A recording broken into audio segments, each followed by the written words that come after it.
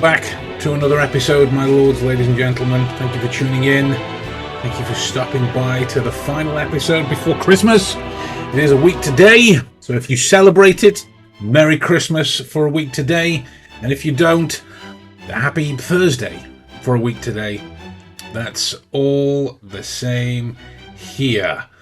So if it is that you enjoy talking about the skill set of Sherlock Holmes and learning how to do it for yourself, then click on the subscription button to stay up to date with all of the videos and podcasts as and when they drop. Quick bit of context as well before we start. You'll hear me reference Axiom from time to time. That's the community where I run this kind of thinking. Actually, it's this kind of thinking in a trained and pressure-tested dynamic, not just talked about. Observation is interesting, but application is what matters. And if you're curious, the link will be in the description box below when this goes out tomorrow. But today's episode will stand on its own. I am calling it the blind box protocol. Sounded a bit Sherlocky in that description as well. I reckon so. But really, it's how to deduce a wrapped object, like a forensic analyst, like a forensic analyst, even. Because that's, with it being Christmas time, it's played in Sherlock, it's played in Psych. I'm particularly fond of the dynamic between Sean and Henry Spencer in those particular situations. But it's just as fun to, really try and practice these observational and deductive skills that you have with reference to figuring out what something is when you can't see what it is. Christmas, birthdays offer ample opportunity to practice that, but it's not specific to Christmas and birthdays. It's anything that resides in anything else, sight unseen. In Psych, Sean and Henry's Christmas game is never about luck or the or guessing. I hate that word. Yeah. It's competitive deduction. The wrapping paper is effectively a con, and the goal is to beat the game using observation, your memory skills, physics, and behavioral insight. As I say, the idea isn't unique to Psych. In a scandal in Belgravia, Holmes deduces gifts, cufflinks, by weight and sound, and the social context of the giver. Excuse me, that's over two separate situations. That's in the Fall episode. Scandal in Belgravia is the Christmas presents where he unfortunately obliterates Molly. It's been a while since I've seen it. Same problem, but different aesthetic. What both shows demonstrate is that deduction is not magic. It occurs to me that they play it in the Mentalist as well. Essentially what it is structured inference under constraint. Now we're going to look at almost reframing the game with more regard to the tools that you can use to be able to get to the answers that you need. Again, not intuitive, it's evidence-based and stated before confirmation. That's the rules that we have in the community. When we started playing Secret Santa, it was that whoever it is that wants to play can play, and you buy whatever you want so long as it's within the budget that you set out. Wrap it however you want, send it from wherever you want, add in as many tricks, twists and turns as you possibly can, but it's down to the skill set to figure out what is inside. The episode that we have for that will hopefully be put together soon. I'm going to do it into kind of a clip show though, because there's a few people who are playing who, because of the jobs that they have, they can't take public viewings of their activities. But the rule that turns a game into a reasoning exercise, the simple rule that matters, is that you have to state your claim and your evidence before opening the box. So, like if you've picked something out, it would be. Have I got anything to hand that I can use? Yes. If it is that you got here, and you'd had your few moments to shake it and feel the weight of it, you would then have to say, "I am claiming this is a box of confetti based on its density, rigidity, the sound of internal movement, and all of the conversational elements I remember about interacting with whomever it is. State your case almost." That one aspect does something really quite important psychologically, in that it forces your reasoning to be explicit. The accountability of the process absolutely lies with you. There will be error analysis later. We refer to it in our camps as to validate, dismiss, or clarify. But in cognitive science terms, it prevents post hoc rationalization, where people unconsciously rewrite their reasoning after they know the answer. Essentially, it's a different version of a hindsight bias, in that if something is on the tip of your tongue and then an answer's given, you go, "Oh, I was going to say that." Well, if you were going to say that, then say it. So you're no longer playing a game. You're running a test. Phase one can be considered the visual forensics, reading the exterior. So before you touch the box, you already have information. Most people waste it. Right? It's a principle that draws directly from Locard's exchange principle. It's a foundational concept in forensic science, in that every contact leaves a trace. Wrapping, that's contact. Edmond Locard was also known as the French Sherlock Holmes, but more on that at 2026 time. So what you can do, and this, don't be wrong, these things that we're going to go over is a way of doing it, not the only way. It is a way of doing it. It's not a piece of trickery or deception. It is simply paying attention to everything that there is to be communicated to you via the present or the gift or the box that you have in front of you. So the first thing you can look at is the tape, if there is any. Standard clear tape usually means home wrapped. Branded stickers or seamless seals often indicate department stores or higher end retailers. That narrows origin and price range immediately. You can then look at the creases in the paper. Professional wrappers, yes, they exist, and that's WRAPPERS, not the rhythm and poetry guys. Professional wrappers produce sharp 90-degree creases. Amateur wrappers create soft corners where paper bunches. That tells you about the effort, the time, the pressure that's gone into forging said creases, and sometimes, not all the time, but sometimes relationship closeness, as in how close the individual is to you. Care, effort, attention very often signals relational intent or relational commitment. You can then look at the paper grade. High GSM paper is thicker and more expensive. Thin paper that tears at corners suggests budget, urgency, or mass retail. On the flip side of both of those, when you're dealing with a person, maybe in the Spencer household, this type of paper analysis can be used as a misdirect.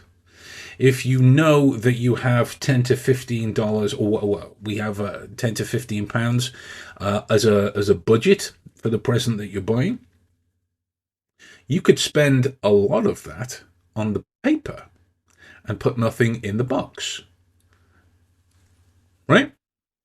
These are the kinds of reasoning measures that one must be aware of. It's not just an aesthetic judgment. It is literally material inference. Hello, Mr. Architect. Mr. Architect D6N. Phase 1 should then continue into geometric profiling and the norms of manufacturing. Most manufactured objects obey standard dimensions. That's spatial reasoning. It's not guesswork. Right? Observe the proportions of whatever it is that you have. A hardback book has a remarkably consistent aspect ratio. If a box matches it closely, probability spikes dramatically, not certainty at all. Probability. Especially for those who have ordered anything from Amazon. If you're sending gifts via Amazon, invariably, what happens a lot of the time, is the additional paper aspect goes out of the window because you're sending overseas. They do have certain packing and wrapping options, but that's at an additional cost, which the Secret Santa game doesn't have, right? So with the dimensions of the box, if it is that you've bought something from Amazon, I can't count the number of times that I've been given a box that is ridiculously too big for what it is that's being sent. It happens all of the time. I know it happens a lot of the time with the people that I speak to and play this game with. So there is an inference there that is an Amazon thing that's particular to England. I don't know if it goes on further afield. You guys can let me know. But these are some of the considerations that you have to think about. Electronics, they come in dense, rigid, factory boxes with no flex. No malleability. Pressing the center tells you whether the box is structural or merely protective. As in, if it gives or if it doesn't. If it doesn't give in the middle, that is a structural pressure fighting back against you. So whatever it is takes up the full length of the inside. If it gives a little bit, and that's just a basic protection for transport of the item of whatever's inside. It mirrors an aspect of how engineers reason. Objects are constrained by manufacturing realities. Deduction respects very well those constraints. Do I know Raymond Reddington from Blacklist? I know of him. I've never watched the show. That's the James Spader show, right? That's the James. I believe. Second tapping out now. Oh, here we go. Rosendo Van Dam, great name. I had a chance to say that my sister was pregnant when she said, guess what? In my intuition, I was going to say that you're pregnant, but since I is a lazy Sherlockian, I second-guessed myself. Oh, well, that's an unfortunate circumstance for that happening, sir. But those lessons are fabulous in that you can learn from it, right? This is kind of the downside of relying too heavily on your intuitive capacity. Balance in all things is the key. And this game, this exercise, is a way, again, not the way or the only way, it is a way for you to be able to practice. Phase 2, we could call it haptic feedback. It's essentially picking it up. the weight, the balance, the density. This is the time when you're actually properly fondling the box. Arguably, that's where Henry Spencer shines. Most people will stop at heavy or light, That's surface based. What matters is density and distribution. As in the center of gravity, does tilting the box reveal whether the mass is symmetrical, or if it slides, or if it's anchored, or if it's in multiple pieces? Does it make a sound like confetti, or popcorn, or jigsaw pieces if you shake it around? Balanced mass suggests a single, dense, or factory packed object. This can range from books to electronics. It depends on the dimensions as well.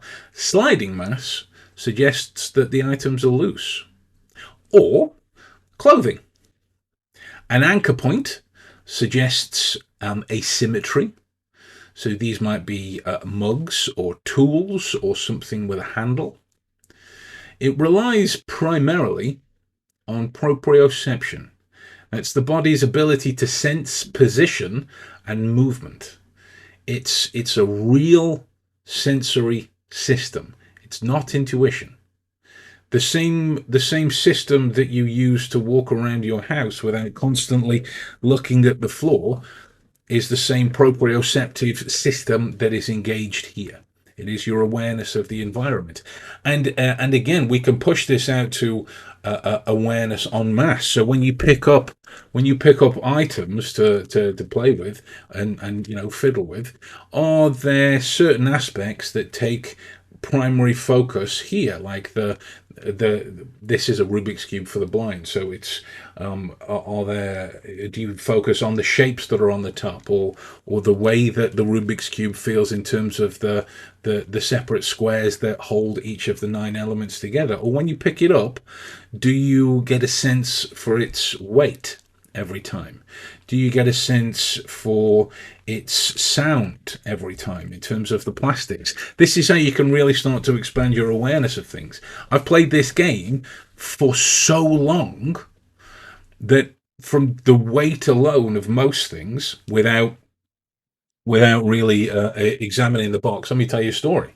Actually, the other day, my wife was she was at work, and she asked me to answer the door for the parcels that were due to. I work from home, for the parcels that were due to arrive for her, but she forewarned that some of them could be for me. So I blindfolded myself, and I mean, it led to a funny interaction with the postman, but I blindfolded myself, and in holding the parcels enough to put them on the steps that were just behind me, so it was picking them up and putting them down behind me, I could tell what it was. The weight and the dimensions were clear in those particular situations. One of which was for me, but she knows who she married, right? I'm annoying, to say the least. The next step would be more about the density equation, like physics almost, but without the equations. Right? You don't really need to say the formula out loud. Your brain is doing it anyway. Density is mass divided by volume. Right? That's the equation. So small and heavy would likely indicate metal, or ceramic, or glass, or dense technology. Large and light would indicate textiles or hollow plastic. This is why nested boxes are so irritating. They deliberately violate intuitive density expectations. Even then, the deception itself becomes a clue. One year, I sent someone a box that was the price that we'd set. It was a good few years ago, but it was just a box. So they'd gone through the measure expecting something to be inside, and there was nothing inside. It was just the box. That's the trade-off. You've really got to be able to follow these games. It's about physical plausibility, not relying solely on your imagination. we can consider phase 3, trying to think of a posh way of saying it, audio discrimination, shaking it. Right? Sherlock does that explicitly. So do the Spencers. As it goes, they're allowed a couple of moments to shake and feel the weight, and then bosh, it goes into the stocking. The sound matters. It relies on something that's called acoustic impedance or impedance. Impedance. IMPEDANCE, which is essentially how materials transmit or absorb sound. A muffled thud might suggest soft materials. A sharp clack suggests rigid materials with free movement. A granular swish might suggest many small components. Silence might suggest softness or packaging that is extremely tight. You're not listening for the exact identity. You're listening for mechanical behavior. How do I see Raymond Reddington? I don't see him. I've never watched the show, and I'm not entirely sure what you mean by the question. Not entirely sure.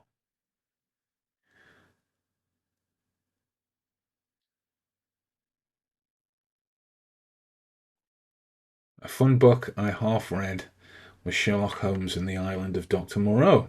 Still need to finish it if I ever do, hopefully. Get it done then, my friend. Get it done. I haven't read that one, so if it turns out that is as a charming read, then do come back and let us know. Phase 4 of the blind box process could be considered active elicitation, forcing behavioral leaks, shifting from the object to the person. Right? That's where Psych really lives. Instead of watching eyes or someone's posture, all of that stuff, you use provocative stimuli to trigger involuntary responses. Like a fragility stress test, almost.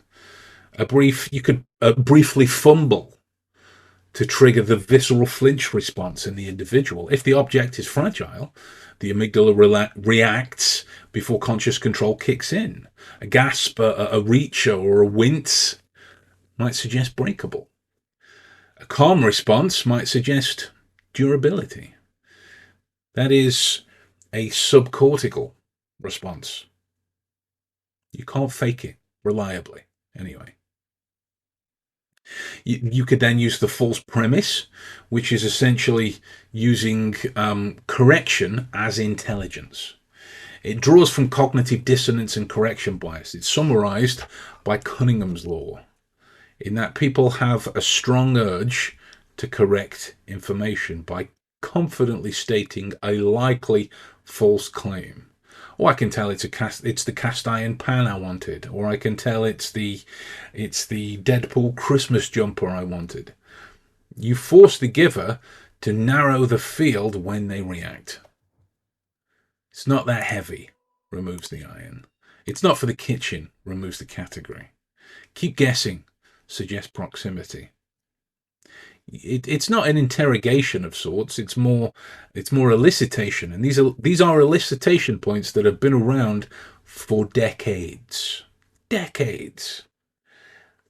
Phase 5, we might look into Bayesian profiling, a profiling method based in Bayes' theorem. Essentially, for us here, it's the giver completing the picture. That's pretty much exactly how Sherlock solves the cufflinks. It's the analysis of the person, not the box. Gift givers exhibit a self-gift bias. They buy through their own identity lens. in that if I buy a gift for my wife, it's what I think she will like. Does that make sense? It doesn't nullify the beauty of the gift or the sincerity of the gift. That's why gifts are lovely and thoughtful. But this offers insight for those who are more inclined towards the profiling way of thinking. Utility people buy useful things. Sentimental people buy symbolic things.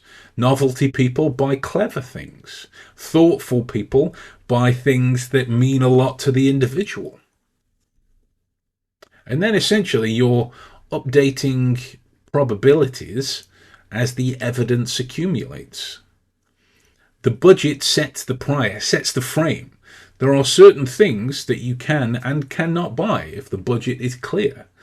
Weight and size, all of that information comes in, then we update it. The sound, that information comes in, then we update it. The behavioral leaks come in, then we refine our methods.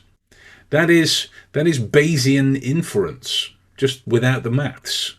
For those of you that don't know, Bayes' theorem is a critical thinking aspect for calculation of probability, the likelihood of something happening. That's really all we're doing here. In essence, as new evidence arrives, bad explanations die. What looks essentially like a silly Christmas game is actually a compressed reasoning lab. Visual evidence, physical evidence, acoustic evidence, behavioral evidence, contextual evidence. No tricks, no magic, no psychic nonsense or body language bullshit. Just disciplined inference. Which is why, in my humble and easily swayed by food opinion, both Psych and Sherlock work so well, and The Mentalist works so well. The brilliance isn't supernatural, metaphysical.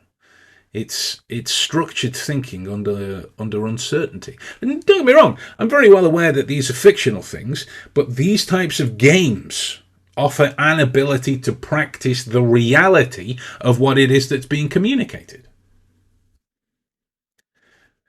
The box is never the point. The point is whether you can hold uncertainty long enough to let the evidence speak. All right, so let me know how you get on.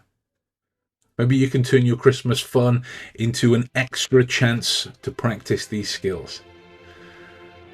So if I don't see you all before, I hope you have a very wonderful Christmas, again, if you celebrate it. And if you don't, I hope you have a very wonderful time doing whatever it is that you're up to, all the same. Don't forget to subscribe to the podcast and let me know how many Christmas presents you manage to figure out as time rolls on. See you later, folks. Have a good one.